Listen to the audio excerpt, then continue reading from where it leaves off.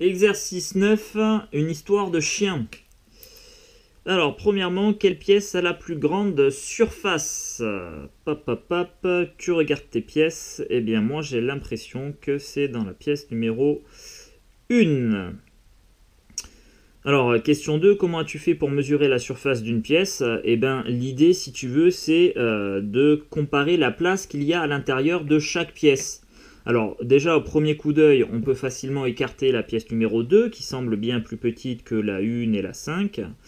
On va sortir la pièce numéro 3 aussi, et après, éventuellement, on pourra avoir un doute avec les 4 autres pièces ici. Donc l'idée, ça va être de compter, tu vois, on a un quadrillage, et ben on va compter tout simplement le nombre de carreaux qu'on a à l'intérieur de chaque pièce. Alors pour la pièce numéro 1, on a 1, 2, 3, 4, 5, 6, 7, 8, 9, 10, 11 carreaux. Dans la pièce numéro 4, on en a 1, 2, 3, 4, 5, 6, 7, 8, 9. Dans la pièce numéro 5, on en a 1, 2, 3, 4, 5, 6, 7, 8, 9, 10. Et dans la pièce numéro 6, on en a 1, 2, 3, 4, 5, 6, 7, 8. Voilà, donc c'était bien la pièce numéro 1. Donc quelle pièce a la plus grande surface? Eh bien, la 1. Comment as-tu fait pour mesurer la surface d'une pièce? Eh bien, j'ai tout simplement compté. Donc j'ai compté le nombre de carreaux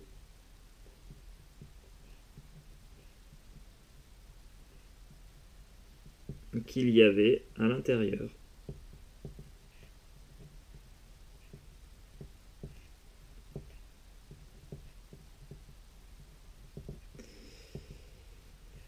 Voilà. Et donc, on définit juste en dessous ce qu'on appelle l'aire d'une figure fermée. Eh bien, l'aire d'une figure fermée, c'est la mesure de sa surface. Voilà, en fait, on quantifie la place qu'il y a à l'intérieur de la pièce. Et donc, pour quantifier cette place, donc pour déterminer l'aire d'une figure, eh bien, c'est essentiellement de la comparaison avec l'aire d'une autre figure dont on a donné une unité d'aire. Voilà, tout simplement. Tiens, regarde, je vais basculer dans les exemples. L'unité d'aire qu'on choisira principalement, nous, dans les exercices et dans ce chapitre, c'est ce qu'on appelle le centimètre carré. Et cette unité d'aire, elle est définie comme la place qu'il y a à l'intérieur d'un carré de côté 1 cm. Voilà. Donc ça, c'est notre unité d'aire. Donc on dit 1 cm². Et grâce à cette unité d'aire, on va être en mesure de déterminer les aires d'autres figures. Voilà. On a fait ici dans l'exemple pour les figures A, B et C. Donc pour calculer l'aire, pour déterminer l'aire de la figure A, eh bien on va tout simplement comparer la place qu'il y a à l'intérieur de la figure A avec la place qu'il y a dans un carré de côté 1 cm et dont l'aire a été définie comme 1 cm². Voilà. Donc l'aire de ma figure A, je peux y mettre 1, 2, 3, 4, 5, 6, 7, 8, 9, 10, 11, 12. Je peux mettre 12 carreaux comme celui-ci. Donc l'aire de ma figure A vaut 12 cm². Voilà, c'est 12 fois plus grand que 1 cm². Et ça, je crois que c'est essentiel. Ce qu'il faut bien avoir à l'idée quand on veut déterminer une aire, ou quand on commence en tout cas à travailler avec les aires, c'est ne pas se focaliser sur les formules qu'on va voir un peu plus tard. Ce qu'il faut bien comprendre, c'est que déterminer une aire, ce n'est ni plus ni moins qu'une comparaison avec une figure dont on a défini l'aire au départ, qui est notre unité d'aire. Donc quand je veux déterminer l'aire de la figure B, eh bien je vais tout simplement comparer, tu vois, je n'utilise pas de formule ici, je vais comparer la place qu'il y a à l'intérieur de la figure B avec la place qu'il y a à l'intérieur de mon carreau ici, et à l'aide duquel j'ai défini l'unité d'aire qui vaut 1 cm². Alors, dans ma figure B, je peux déjà mettre 1, 2, 3, 4 carreaux pleins comme celui-ci. Et ensuite, tu vois ici, j'ai des demi-carreaux. Eh bien, si j'assemble les deux demi-carreaux bleus, ça me fera un carreau supplémentaire. Si j'assemble les deux demi-carreaux rouges, ça me fera un carreau supplémentaire. Les deux demi-carreaux roses, un carreau supplémentaire. Enfin, les deux demi-carrés violets, un carreau supplémentaire. Donc au total, dans ma figure B, j'aurai 4 carreaux pleins, ce que j'ai mis ici, plus 4 paires de demi-carrés. Et ces 4 paires de demi-carrés, ça fera 4 carreaux pleins à nouveau. Et finalement, j'aurai donc 4 cm² plus 4 cm², et ça fait 8 cm². Ensuite, pour la figure C, alors tu vois, pour la figure A, on avait des carreaux pleins. Pour la figure B, on n'avait pas que des carreaux pleins, on avait aussi des moitiés de carreaux. Eh bien, on peut avoir des fois des figures dans lesquelles on n'a pas que des carreaux pleins et on n'a pas non plus des demi-carreaux. Et des fois, il y a même des morceaux de carreaux dont on n'arrive pas trop à déterminer, qu'on n'arrive pas à quantifier, si tu veux. Tiens, regarde, pour la figure C, j'ai ici un carreau plein, un carreau plein, un carreau plein. Donc ça me fait déjà 3 carrés pleins, ce que j'ai mis ici. Et après, tu vois, ici, ce morceau-là, c'est pas un demi-carreau, là, le petit triangle que j'ai ici. C'est pas un demi-carreau, c'est un petit morceau de carreau, voilà. Du coup, il faut être un peu astucieux ici. Il faut voir que ce petit morceau de carreau, eh bien, tu peux venir le placer ici. Et en le plaçant ici, eh bien, ça formera avec ce deuxième morceau bleu un carreau plein finalement. Donc là, tu vois, j'avais pas deux moitiés de carreau, mais j'avais deux morceaux de carreau qui, réunis ensemble, forment un carreau plein. Voilà. Donc j'aurai un carreau plein en plus avec la partie bleue. Pareil avec la partie violette ici, là j'ai un tout petit triangle que je peux venir assembler ici pour former un nouveau carreau plein. Et idem avec la partie rose ici qui va venir former un carreau plein avec ce morceau-là. Voilà. Donc finalement l'aire de ma figure C c'est 3 carreaux pleins plus 3 fois 2 morceaux qui donnent un carreau plein encore. Et j'arrive donc à 6 cm². Voilà. Donc garde bien ça à l'esprit, hein. Quand tu veux déterminer une aire, tu commences pas à te lancer dans des formules ou je ne sais quoi, tu réfléchis juste, ce n'est que de la comparaison, hein. On compare l'aire d'une figure avec l'aire, avec une unité d'aire, voilà, qu'on a définie au préalable, et qui ici était le cm². Alors, on poursuit du coup l'exercice 9. Troisièmement, sachant qu'un petit carreau, donc ici dans notre grille, a une aire de 1 cm², et bien du coup on va déterminer l'aire de chaque pièce. Donc nous on est en train de dire que, hop, je suis en train de colorier ici un carreau.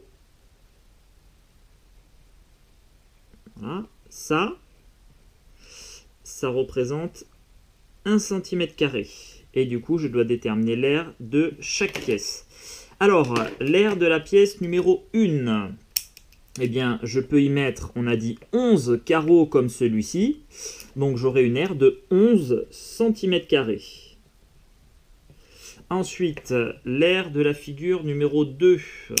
Alors, j'ai pas de jaune et j'aurai besoin du orange tout à l'heure. Donc, je vais basculer en noir. L'aire de la figure numéro 2, c'est 1, 2, 3, 4, 5. Je peux mettre 5 carreaux pleins. Donc, c'est 5 cm². L'aire de la figure numéro 3. On a dit 1, 2, 3, 4, 5, 6, 7 cm². L'aire de la figure numéro 4, 1, 2, 3, 4, 5, 6, 7, 8, 9 cm². L'aire de la figure numéro 5, on avait dit 10 cm², il me semble. 1, 2, 3, 4, 5, 6, 7, 8, 9, 10. Et enfin, l'aire de la figure numéro 6, on avait dit 8. 1, 2, 3, 4, 5, 6, 7, 8. Voilà, 8 cm². Ok. Et enfin, question 4. Replacer les 6 pièces pour former le chien. Ouais, on dirait pas, mais ça ressemble... Enfin, à mes yeux, ça ressemblait à un chien. Voilà, je suis pas très doué en dessin, je fais ce que je peux. Alors, attention, les pièces ne doivent pas se chevaucher. Tu peux en revanche les tourner / retourner dans tous les sens. Alors là, pour le coup, le découpage il est peut-être un peu moins facile que pour le dromadaire, hein, dans le premier exercice. Voilà, tu vas avoir peut-être quelques difficultés à orienter la pièce numéro 4 notamment et la pièce numéro 5. Voilà, ces deux pièces, elles ne sont pas évidentes.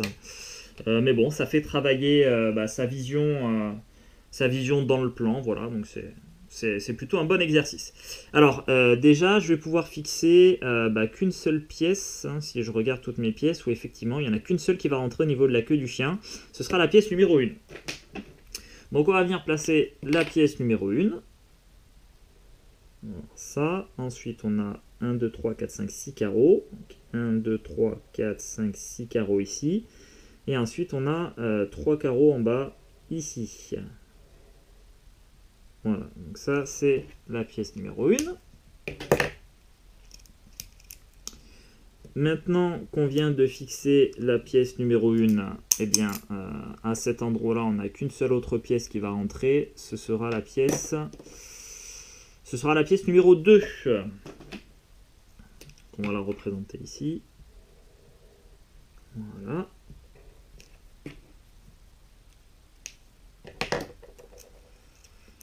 Donc la pièce numéro 2 ici. Ensuite, à cet endroit-là, là, juste sous la pièce violette, et ben, parmi les pièces qui restent, on n'a qu'une seule qui va rentrer, c'est la 6. Donc on va venir figer la 6 aussi. Et on aura fait la moitié du chien déjà. Donc on a ça.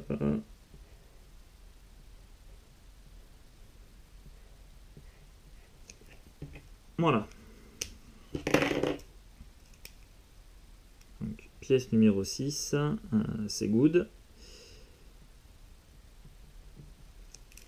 Et maintenant, il nous reste l'autre partie. C'est là où je te dis que ça va pas être facile à faire. Il faut que tu orientes les pièces correctement. Alors, si tu regardes pour la patte du chien, là c'est pareil, en fait, il n'y en a qu'une seule qui va pouvoir rentrer. Donc, tu vas peut-être hésiter entre la 4 et la 5. Eh bien, c'est la 5 qui va rentrer. Alors, j'ai pas de surligneur orange. Donc, je vais faire ça au crayon à papier. Donc la pièce numéro 5, tu vois, il faut que tu la prennes et déjà il faut que tu la retournes. Voilà. Il faut que tu la retournes et ensuite tu vas lui faire subir une rotation de 90 degrés dans le sens inverse des aiguilles d'une montre. Ouais, je sais, c'est pas évident, donc tu retournes ta pièce et ensuite, hop, une petite rotation et finalement ta pièce numéro 5, elle va venir ici. Regarde, hop.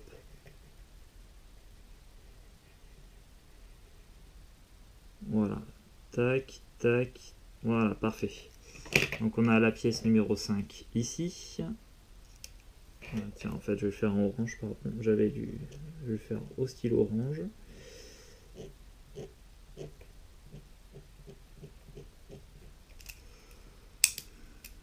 Donc pièce numéro 5. Et ensuite, il nous reste les deux dernières pièces. Donc là encore, elle n'est pas évidente à orienter non plus, la pièce numéro 4. Mais on va l'avoir ici. Hop. Voilà, comme ceci. Donc on va avoir ça.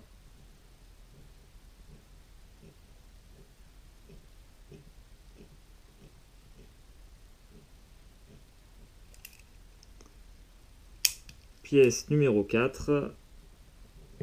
Et enfin la pièce numéro 3 en bleu.